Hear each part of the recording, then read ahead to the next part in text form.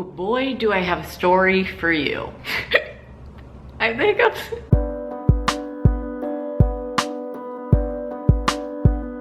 Hi friends, how are you doing on this lovely Friday? Me? Great. You? I don't know. Let me know in the comments. So today's video is going to be a story time video, and as you can see by the title, I'm going to be telling you the story of how I fell off a motorcycle. And I've kind of reached the point now where I can laugh at what happened, so that's why I'm sharing this for your viewing pleasure, and also so that you guys will take precaution when you're on a motorcycle next time. At least just don't get on a motorcycle for the first time in a different country. That's all I'm saying. So we're setting the scene here a little bit, setting the tone, the mood, if you will. It was the last day of 2015. It was the 31st. And I was on vacation with my family in a place called St. Kitts. Its neighboring island is Nevis, and it's just kind of like the general Caribbean area, so that's where we went for Christmas. And there was various activities to do around the island, and one of the activities was scootering. And I know what you're thinking. You know, it's not a razor scooter. I wasn't going razor scootering around the island, though that would have been very funny for the people who live on the island, seeing all these Americans just, you know, going around on razor scooters around their streets. But no, that didn't happen. These scooters were like big mamas. Like, I will insert a photo here of what they kind of looked like. They're like motorcycles, they accelerate like motorcycles, and they ride like motorcycles, for my general understanding. It was me, my brother, my two cousins, and their significant others, so it was a group of 6 of us. The scooter guy picks us up, we get all of our waiver forms all filled out. The man is now familiarizing us with the scooters, and he's just giving us the rundown. Everybody gets their own individual shot at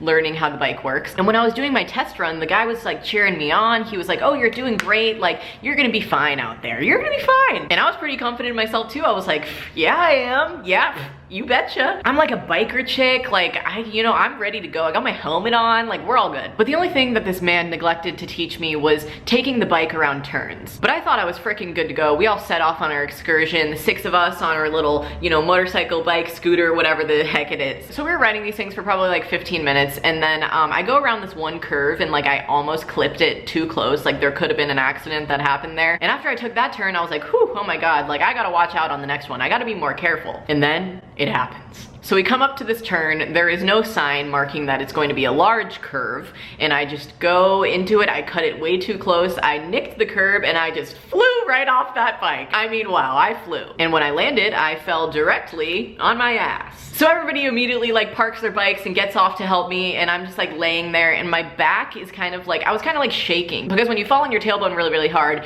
it like sends a shock kind of through your entire body. So I definitely had the wind knocked out of me. It took me a while to even be able to stand up. And when I did stand up, I was very, very lightheaded. I almost passed out, and my left butt cheek was just throbbing with pain so bad. So I lift up my shorts to see what the damage is, and there's a wound literally like this big on my butt cheek of just road rash. There was freaking gravel in there. It was gnarly. I feel so gnarly telling this story, like, oh yeah, I fell off a motorcycle, but no, it was just like scarring. So at this point, I'm like sitting down just drinking water. We're cleaning the wound out with water. None of us have a first aid kit, so we're just kind of hanging out there. And the reason we were going to go on these bikes in the first place was to bike to the ferry, put the bikes on the ferry, and we're gonna go bike around Nevis. So I felt really bad because I was just like interfering with everybody's day plans, and I don't really like when people feel bad for me. Like, I know I was in pain, but like it was just, weird. It's weird. Everybody was like stopping on the side of the road, like, "Oh, I saw what happened. Are you okay? How can I help?" Everybody's very, very nice, but when you're in the position, you're like, "Oh no, don't feel bad for me. Like, please, I'm okay." Because I really was okay. I didn't think that I needed to go to a hospital or anything like that. And then the next truck that pulled up was honestly kind of like a miracle. Like, I'm really glad that this happened. It was a truck from Nisbet Plantation, and that's where we were staying at. And so they were gonna take me back to the plantation so I could go back to my room and, have my mom take care of me and whatnot. And so I told the rest of the group to continue on. I was like, I don't want to interfere with your plans. Just go to the ferry, go have a freaking great time, and be safe, please. Nobody else should fall off, please. So then I sit in the truck with this man who's going to take me back to Nisbet, and then the other guy who was in the truck takes my scooter back to the plantation as well. And the scooter was banged up. I mean, when I fell off, that thing skidded, and I was just not even trying to think about the amount of money that I would have to pay at this point to fix it. We'll get to that part later. So I get in the truck. This man is very nice. Like I said, islanders, they're great people. All the people on St. Kitts, I love you. This man is playing some reggae music. He's funny. He's trying to get my mind off things, cracking jokes left and right, just being a general welcoming fellow. And this is kind of a random note that I'm just gonna throw in here because I think it's funny, but there was a song on the radio called For King Sugar, and the people of St. Kitts, they definitely have accents. They sound like kind of Jamaican, so he was singing the song and he kept saying,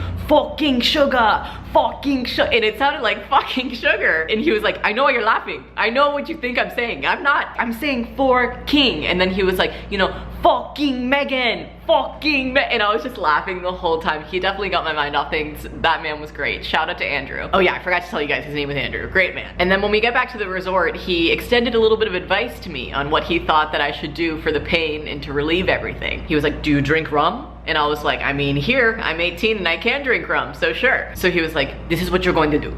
You go down to the beach, you wash it in the salt water, you go to the bar, take a shot of rum. And I just started cracking up and I was like, okay, Andrew, I will. I'll see you later, buddy. Thank you so much. And then I limped all the way back to my room and my mom was kind of like MIA, just doing her whole thing, the whole entire just trip. And she wasn't really in her room that much. And so I was very surprised that right when I got back, my mom was literally opening her door to leave to go down to the beach. And I just broke down crying. And I was like, Mom, it wasn't a good trip. I got hurt and all of this and that. And I was just, you know, bawling my eyes out. And she dropped everything. She got her little first aid kit and she cleaned my wound up. That was literally the most pain I've ever been in my whole entire life. More than this freaking tattoo, way more. Wow. So yeah, my mom cleaned me up and I was just kind of taking it easy for the rest of the day, just kind of laying in bed. But like I said at the beginning of the story, this was on the 31st, aka New Year's Eve. So everybody was, you know, gonna have a ball that night and I really did not feel well enough to participate. But every night we would have dinner in the great house, so I dressed myself, I put on a frickin' frock and went up there. Frickin' frock, that's a great phrase right there. And then like I said before, it makes me really uncomfortable when everybody feels bad for me. So obviously everybody had kind of, the word had spread, basically. So my whole entire family, people are just coming up to me left and right like, oh, what happened? I heard what happened. Are you okay? My grandparents were so concerned. Oh my God. And I get it. Like I did get injured. It's normal for people to ask. I wasn't like annoyed with anybody or mad at anybody for asking. And I basically just kind of stuck it out for dinner because this was our last night on the island. And I'm so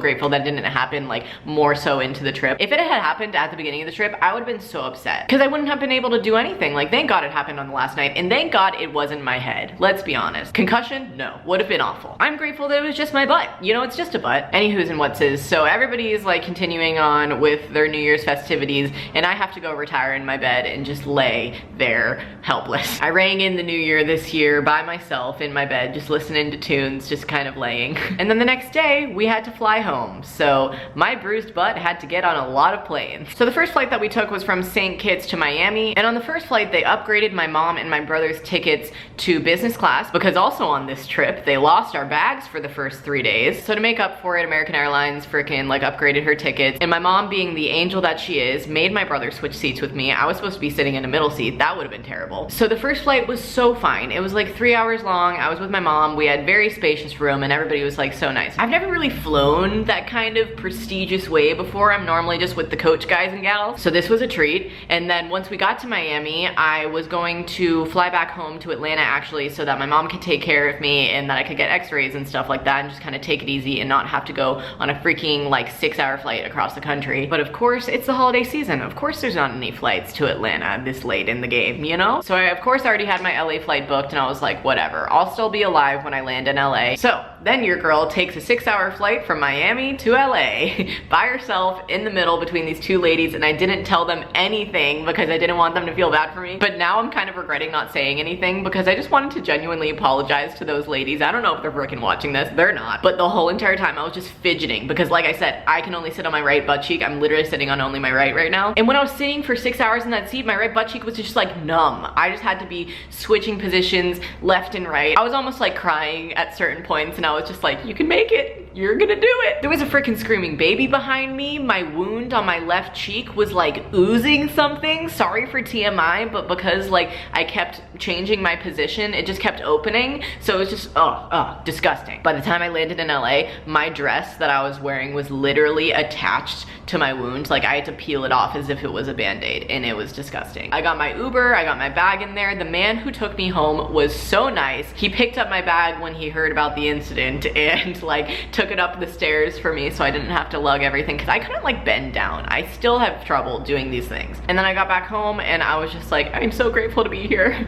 Oh my God. I popped some Advil, I cleaned off the wound, I put my Nature's Neosporin on it, and that stuff seriously worked wonders. Like if you ever have blisters or like some kind of a burn or like road rash or scabbing or anything, use Nature's Neosporin on it. I will link the recipe to it up here. I did like a DIY skincare video where I made it in there because I used to use it on my face. I don't really as much as I used to anymore, but it's definitely very moisturizing, but it really, really helps my wound. Okay, tangent over. Where am I at now, you might be wondering? I went to the orthopedic doctor back on Tuesday of this week so that I could get some x-rays and whatnot, and they basically kind of told me what I already knew. I knew that I broke my butt because I looked it up on Google and I had all the symptoms, and I did. I broke my coccyx. Every time I say that word, I feel like Uncle Rico. Like I am Napoleon Dynamite's grandma who went to the sand dunes and broke her coccyx. Grandma took a little spill at the sand dunes today.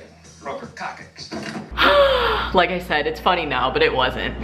So what you have to do when you break your butt is you just gotta wait it out. There's no butt cast or anything like that. You just have to sit in strategic positions and just kind of take it easy. So fingers crossed, this little crack in my butt is going to heal within the next 6 to 8 weeks. I'm gonna go back for another x-ray in a couple weeks. But word on the street is when you have like coccyx or tailbone injuries, they kind of like stick with you for a while, and it kind of makes it harder to like sit on your direct tailbone and in certain positions for like up to a year, or maybe even multiple years. And some people like re-injure it often. So just like I said, just pray for me that that won't happen. And wound wise on my left butt cheek, it's really doing great. It just looks like a sunburn now. There's no more like scabbing or anything like that left. It's just healing. So I can wear pants again. Woohoo! Oh, that hurts to do that. Don't do that again, Megan, no. But really, I could only wear dresses for so long because of that wound. I'll insert a little photo of it here if you want to see how gnarly my butt cheek looked. I had to pay the scooter guy $500 because of the messed up paint job and cracked cage on the bike, so that's pretty sweet, Meg. It literally already happened, so I have nothing to be angry about, but it's just like, oh, freaking $500, you know? But it was $600 and he lowered it to $500 because I was crying. So yeah, I don't really think I'm going to be getting on a motorcycle anytime soon,